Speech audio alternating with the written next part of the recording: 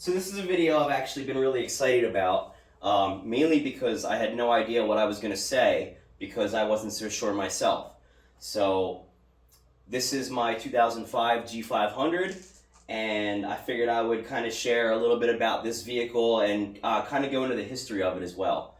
So the idea for the G-Wagon came in 1972 between Daimler-Benz and Steyr Daimler, I think Puck, which was an Austrian company. So the idea was to build a really capable military vehicle, and later in 1979, I think, I'm not sure who the idea came from, but one of them actually had the idea to make this into a road vehicle. So that's why you have the G-Wagon.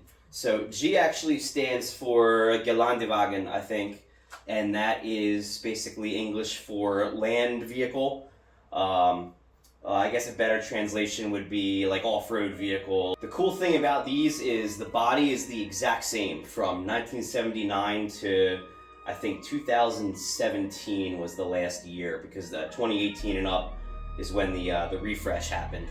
But earlier than that, it's the same vehicle, and you can kind of get some little cues that this vehicle is from an older world if you start looking underneath panels. It's actually really cool, and I'm really excited to share my thoughts on this mid-2000s G-Wagon. So my 2005 just happens to be a G500 Grand Edition, and I couldn't figure out what that meant, but I actually found a pretty cool story behind that, so I figured I would share it. So Mercedes took over an importing company in Santa Fe, New Mexico, I think in the early 2000s, because before that, this company was unofficially, basically they were importing G-Wagons and converting them to US specifications so they could be sold in the United States. I think that's where a lot of the gray market cars came from that were made before 2002, but Mercedes officially started offering the G-Wagon in the United States in 2002. And anyway, in 2005, Mercedes made a decision that starting in June, they were going to start phasing out production of the G-Wagon in the United States. So the intention was to sell the Grand Edition, which was supposed to be the last G-Wagon. So they made 500 units. There's actually plaques on the fenders, and there's a plaque on the center console in front of the shifter that designates it. Other than that, there's actually nothing special about the Grand Edition, other than that it was supposed to be the last one. So this also means that because the G55 with the supercharger came out in 2005, that potentially would have been a one-year car. Mercedes decided against that, of course, and the G-Wagons are still sold today. The W463 chassis, which is what this is here, was sold until 2018, and that's when the new model came out. So I'm definitely not going to go over every feature of this thing, but I figured I would at least show you some of the cool things, or at least some things that I think are kind of interesting about it. So with this one particular, this one's got just about 190,000 miles on it. And the reason I'm sharing that is because I figured it would be nice to kind of see how these vehicles age, and this one certainly has. So yeah, here we go. The previous owner actually had this thing since 2006. You can see some hail damage on the hood. If you look close, yeah, you can kind of see some waves there. John, if you're watching this, I definitely have a little job for you here.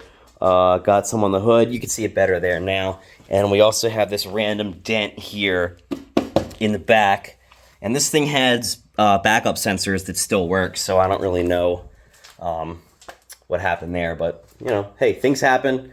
This thing's got a lot of miles on it. It was definitely driven a lot, at least. So most G-Wagon owners would never ever use them. In fact, the seller told me that he's never used them in the almost 18 years he's owned this thing. But these have 3 differential locks, and basically that means that it's going to let everything spin at the same rate on either side. So as you can imagine, that would make it really good in bad weather, or if you're off-road trying to have some fun.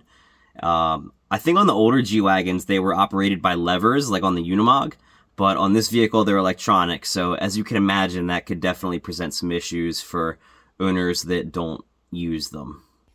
So I kind of eye-rolled at these cup holders because I thought that this was something that the previous owner added, like as an afterthought, but they're all like this.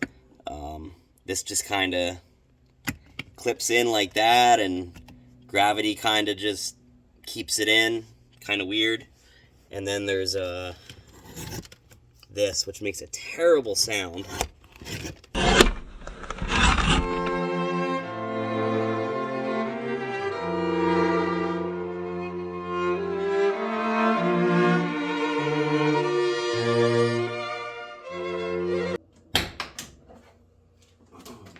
Another thing everyone loves about these things is how big the trunk is.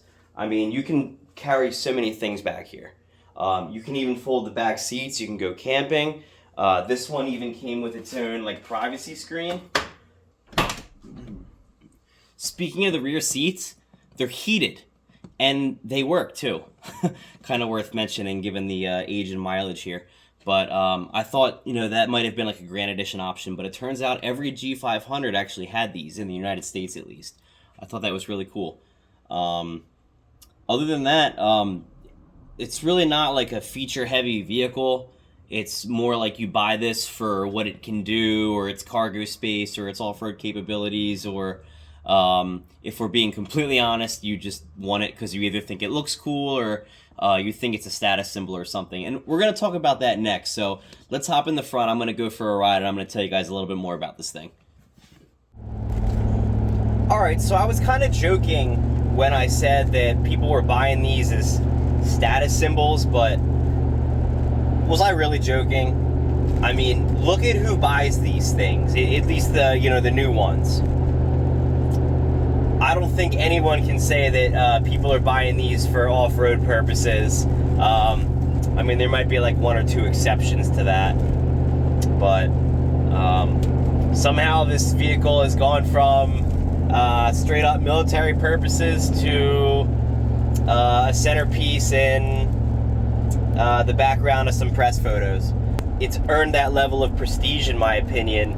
Not necessarily because of like what the vehicle represents, but just the vehicle itself. I think it's worthy of that. It's got the cargo space. It's comfortable.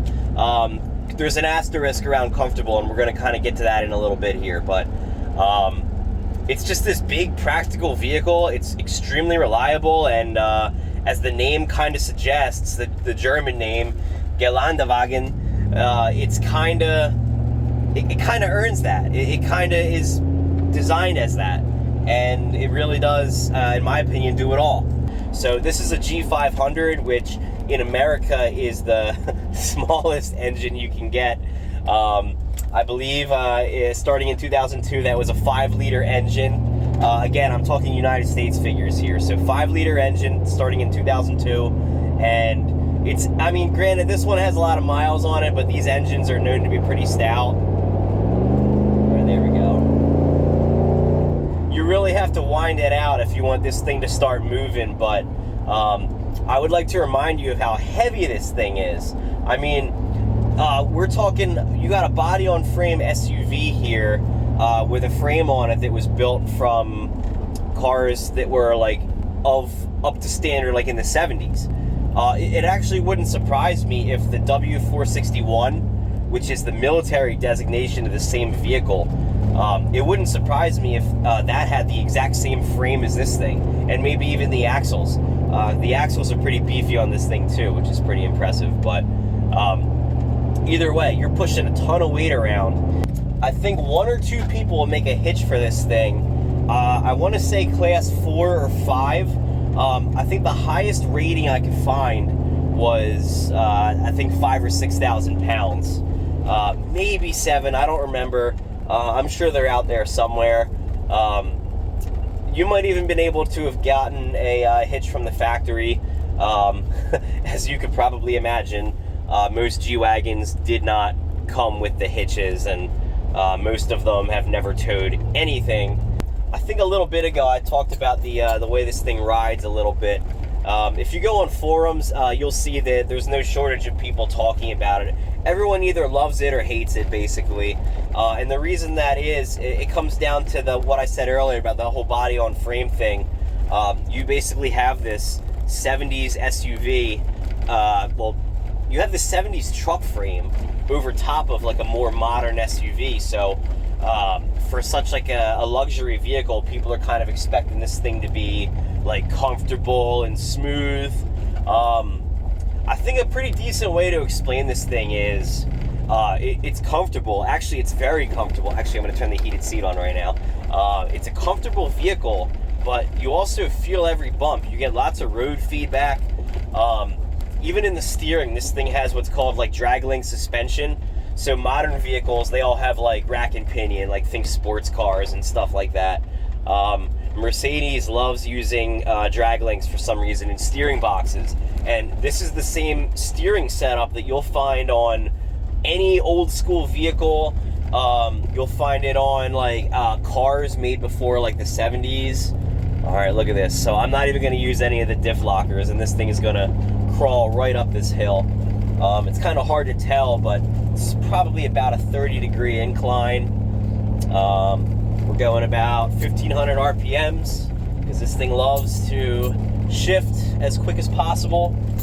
I think to kind of keep the noise down, I guess. I don't know. But this thing loves shifting early. Yeah, it makes it up this no problem. I almost wish it was wintertime so you guys can see what this thing can do in the snow. It's just an absolute beast. Like, if you need something that is going to be a little comfy and very capable off-road, this might actually be a great vehicle for you if you're not looking to spend a ton of money either, getting a used one. That actually brings me to my next point. Who buys these things? Like, used, I mean. Like, I obviously bought this one because it was rusty and it was cheap and it needed a whole bunch of stuff, but people that buy fixed ones, you almost, I kind of thought about this a little bit. You kind of have two different categories, right? You have the people like me, like the enthusiasts that just love the thing, and they just think it's cool, and they appreciate it for what it is, and aside from the whole broken thing, that's definitely who I am. And then the other side of it, you have people that buy this thing because they think it's like a status symbol. Every once in a while, you can kind of still see like new realtors or whatever talk about buying like older ones of these because they want to like make a statement, or rappers and stuff like that. Actually, the seller of this thing told me that several of the people that tried to buy this thing before me were like in the music industry or something like that. And the pictures don't lie. Instagram doesn't lie. I mean, you see these things in the background of like everything. I got this camera back here so you guys can actually hopefully just kind of see what it's like, and you can kind of pay attention. You can kind of see me moving around in the seat. That's because just the way the changes are in the road. The vehicle kind of sways with it. You feel the bumps on this thing. You don't feel every little bump. You can still go over like rough highways and you're not gonna just be shaking constantly, but all these little imperfections in the road you're gonna feel. Lots of road feedback, I guess is how you say it. I think the last point, and I'm not going to talk too much about this, is going to be just like the reliability. So as you probably figured out by now, or you probably already know this if you've watched the video this far, these share the same engine and transmissions as all of the other Mercedes models around this time period. So this is the 5-liter, it uses the M113, and that's quite possibly one of the best V8s ever. And I really can't stress that enough. I mean, this thing has 188,000 miles on it. It burns 0 oil. It has no issues whatsoever with it, at least like mechanically. And even the transmission, while I did have some issues with this one, as I outlined in my other video that I linked earlier, they were caused by user error, and I fixed them with a good buddy of mine, Mike. And really, it's good. I mean, because of how heavy this thing is, this transmission and even the motor take probably the most abuse of all the other Mercedes models. Still at 188,000 miles now, this thing just kind of takes it. The only thing that really is going to cost you on owning a G-Wagon is any of the weird things that breaks that are vehicle specific. Like, for example, the rear window regulators, I just replaced both of them. Admittedly, I didn't get the Mercedes OEM on that, but if I did, if I wanted new motors and new motors and tracks and everything, it probably would have costed, I think, $600 aside. So that would have been $1,200 in window regulators, and that just would have been the rears. I opted for, admittedly, Chinese ones, but I saved all my factory stuff because the motors were still good. They have these like weird cables, and I'm not really going to get into it, but either way, they lasted 18 years because this is a 2005, so no complaints about that at all, really. The front ones work fine, although the passenger one's starting to make a little bit of noise. So I suggest it's going to go out soon. But other things that would cost you money on this thing, I mean, you got like body panels and stuff like that if you want to like start chasing rust. You could buy new doors for about $1,000 each, but the parts are out there. I mean, they made so many G-Wagons. As these things get a little older, you're gonna have to start worrying about wheel bearings. Actually, this one needs a wheel bearing, so look for like uneven tire marks, uneven tire tread, things like that, all the typical stuff. But ultimately, it's just a Mercedes, and for the most part, parts are really abundant for these things. So if you've always wanted to own a G-Wagon, and you have some friends that work on cars, I think this is a great choice for you. If you're a realtor trying to make your first impression, like I keep saying, you know, repair bills on this thing could cost 4 figures sometimes. So if you don't do any of the wrenching yourself and you're paying someone to do the work, then you definitely want to... we got a biker in the middle of the road here. Come on, guy. See, we kind of have to pick up to pass the biker here. But yeah, if you're not doing any of the work on yourself, you can do like, you know, 4-figure repair bills on this thing. If you start needing like anything weird, like if you, like for example, if a window regulator went out, now your window doesn't work, the part alone, I just told you earlier, is like $600-700, and it's going to cost you like, I don't know, 5 hours of labor to put that in. You got all these buttons here for the climate controls. I mean, I don't want to scare you guys away, but these are all things you have to take into consideration. They do make these vehicles look simple just by the simplistic appearance and the square boxy shape and everything, which is trademark G-Wagon. Oh, we got Amish in front of us here. Once again, you gotta go around. But really beneath the simple surface is a really complex vehicle, and a multitude of random things can go wrong with it. So once again, just you need to be realistic about buying these. And this video is going to be titled something like should you buy a mid-2000s G-Wagon? And the short answer is yes, definitely. But yeah, just be realistic. These are getting older.